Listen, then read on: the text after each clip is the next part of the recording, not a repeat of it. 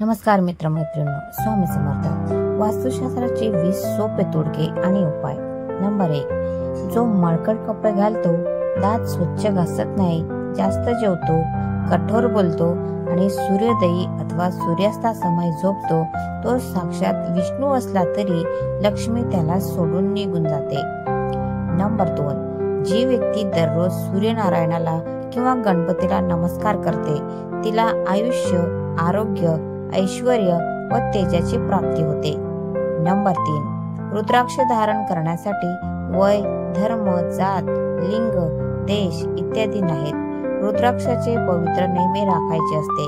त्यामुळे रुद्राक्षाची माळ झोपताना अथवा शरीर संबंध ठेवताना वापरू नये. रुद्राक्षाची माळ घालून मृताजवळ जाऊ नये. कोणत्याही कारणाने रुद्राक्षाची माळ अशुद्ध झाली तर ती दुधाने धुवून घेऊन श्रद्धापूर्वक तिची पूजा करावी व ओम नमः शिवाय या मंत्राचा 108 एवढा जप करावा व नंतर रुद्राक्ष माळ धारण करावी. नंबर 4. कोणाकडे आपले पैशांचे काम असल्यास खिशातून 5 लवंगा किंवा लसणाच्या सोललेल्या पाकळ्या एका पुडीत बांधून घेऊन जाव्यात. यामुळे पैशांच्या कामातील दुप्पट अडथळे नष्ट होऊन आपले काम होते, आर्थिक लाभ होतो.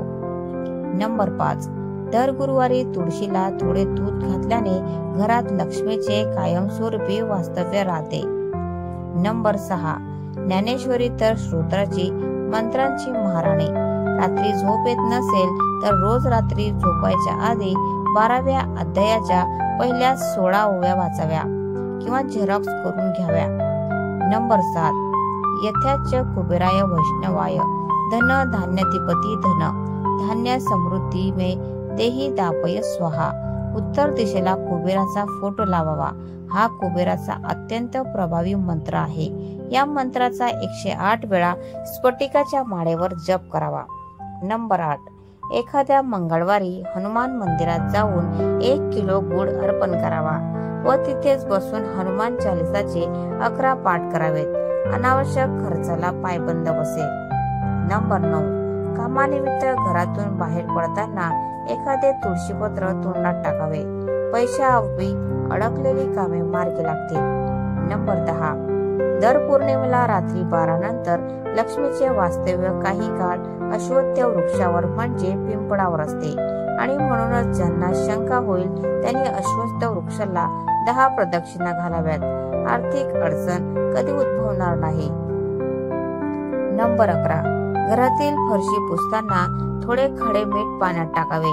त्यायोगे घरातील नकारात्मक ऊर्जा नष्ट होईल.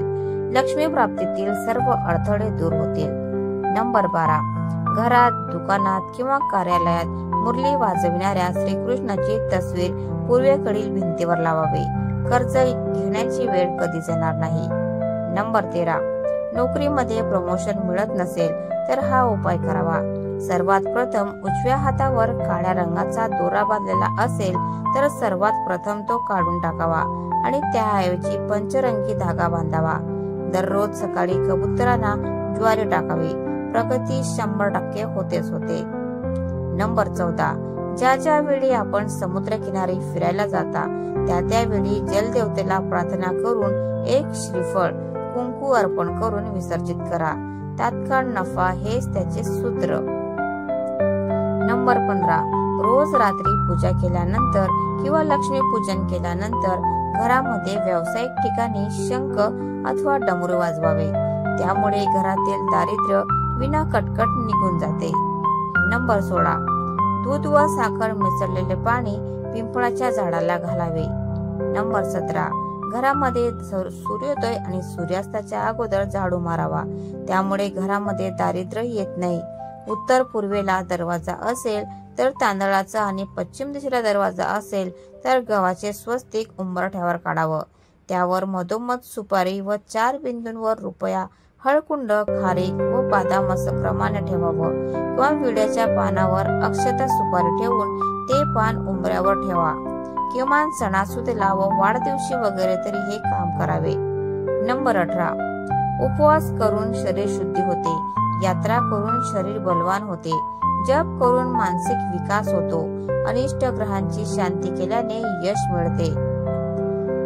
धनरत्न जतन केल्याने लक्ष्मी स्थिर राहते. दान केल्याने धन दौलत व राज ऐश्वर्य लाभते. वास्तुशास्त्रानुरूप घर बांधल्याने स्वास्थ्य मिळते. रत्न वापरल्याने मानसिक स्थिरता, शरीर बलवत्ता लाभते. रोज ध्यान करून एकाग्रता, दृढ निश्चय आणि निर्णय क्षमता वाढते. नंबर 19. पैशाची कधीही कमतरता भासणार नाही. अश्वत्थाची म्हणजे पिंपळाची नित्य पूजा करून त्याला पाणी घालावे व दिगंबरा दिगंबरा श्रीपाद वल्लभ दिगंबरा हा मंत्र म्हणून 108 वेळा प्रदक्षिणा घालाव्यात व सूर्यास्तानंतर तेथे साजूक तुपाचे निरांजन लावून ठेवावे. तुमच्या मस्तकावर लक्ष्मीचा सदैव वरद हस्त राहील. नंबर 20. कुलदेवताचे वर्षातून एकदा दर्शन, अभिषेक व पूजा टाळाटाळ न करता करावे. तुमच्याकडे पैशाचा ओघ सतत वाहत राहील. तर मित्रांनो, तुम्हाला आजचा व्हिडिओ कसा वाटला प्लीज कॉमेंट मध्ये नक्की सांगा. आणि व्हिडिओ जर आवडला असेल तर व्हिडिओला लाईक करा, शेअर करा आणि चॅनलला सबस्क्राईब करायला विसरू नका. धन्यवाद. Thanks for watching.